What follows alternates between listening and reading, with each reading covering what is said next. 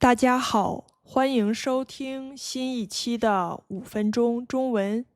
5分钟中文是一档每周末更新的中文播客，面向中文学习者，用地道的中文跟大家聊聊中国语言和文化，还有日常生活中有意思的事儿。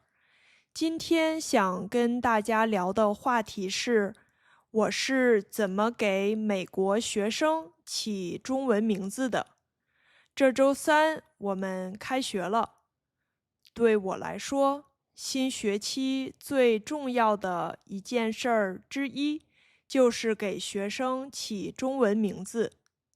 大家不知道有没有因为学中文，给自己起一个中文名字呢？我每个新学期会给每个新生取一个真正的中文名字，这个名字不是他们英文名字的音译，而是一个独一无二的中文名字。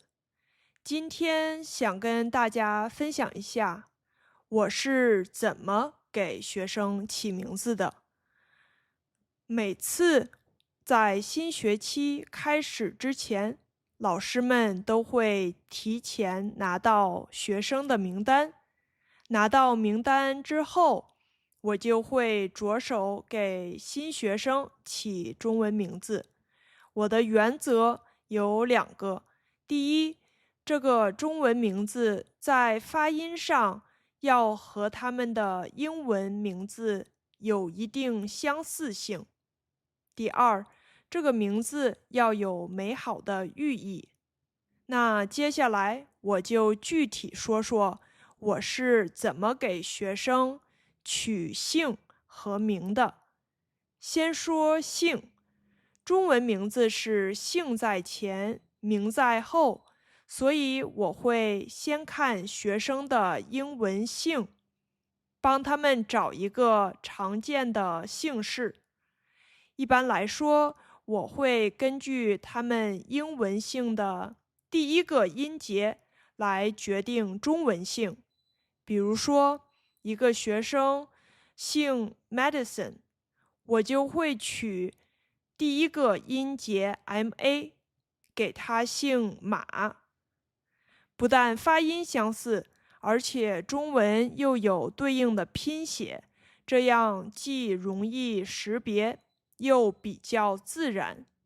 如果第一个音节在发音和拼写上都没有对应的中文常见性，我可能就会看看第2个音节能不能用，或者以第一个音节的声母为基准，找一个相对比较对应的常见性。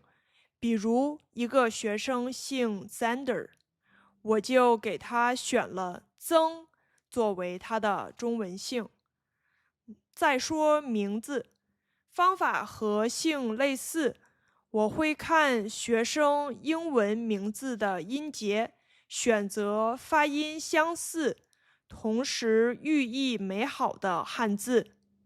比如，如果一个学生叫 Ethan， 那么 E 这个音节，我就会用毅力的毅，代表意志坚定，有毅力。然后森这个音节，我就选了森林的森，代表繁盛、庄重的意思。合在一起就是易森，这既和它的英文名字发音接近，又有很好的含义。然后像姓一样，有的名字也没有特别相似、合适的发音，我就会反复念这些音节，在头脑里思考有没有发音差的可能多一点儿，但是仍旧有点关联的呢。比如一个学生叫 Justin， 就没有很合适的完全相似的发音，我最后给他起的名字是季新。继就是继续的意思，新就是新学期的新，合在一起有继续新的旅程的语义。虽然和原名发音只有一点点相似，但是名字本身有很好的寓意，学生很喜欢。起好名字以后，我会在开学的前几天反复的念。如果想到更顺口或者更合适的汉字，我也会进行调整。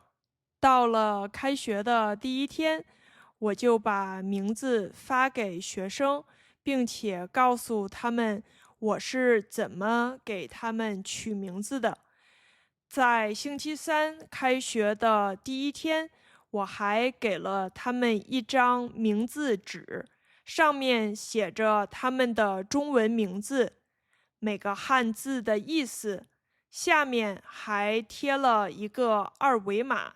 学生如果用手机扫描二维码，就能听到他们名字的发音，大家都觉得很有趣，也很感激。如果您也想要一个真正地道的中文名字，欢迎您留言或者发电子邮件告诉我你的名字，我可以帮你设计一个真正的中文名字，不是音译的，而是独一无二，专属你的名字。如果您喜欢5分钟中文，觉得这个节目对您学中文有帮助，请帮我订阅、分享、转发，让更多人能从中受益。感谢您的收听，我们下期再见。